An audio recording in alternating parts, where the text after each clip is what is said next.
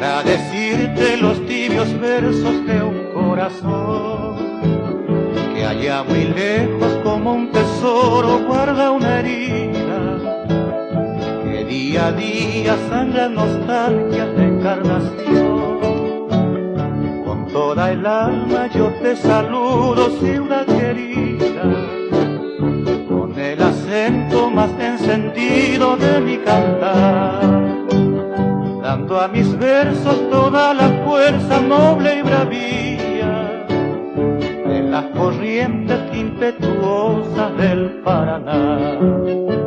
Roja es la tierra que da la savia de tu pujanza, blanca es el alma de este gran pueblo trabajador, azul el río que mientras canta las esperanzas va completando la trilogía de tu esplendor.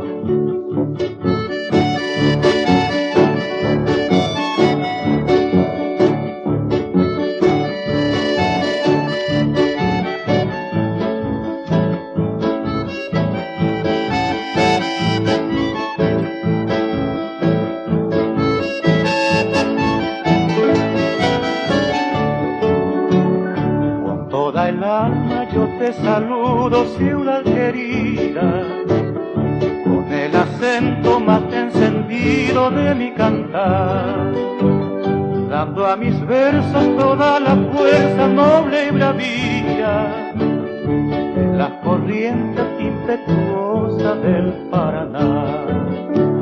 Sueño en tus calles que mi esperanza vieron pasando, buscando el alma de una mirada de tierno amor, de encarnacena fluvial destella que quise tanto, y fue la novia siempre soñada del corazón.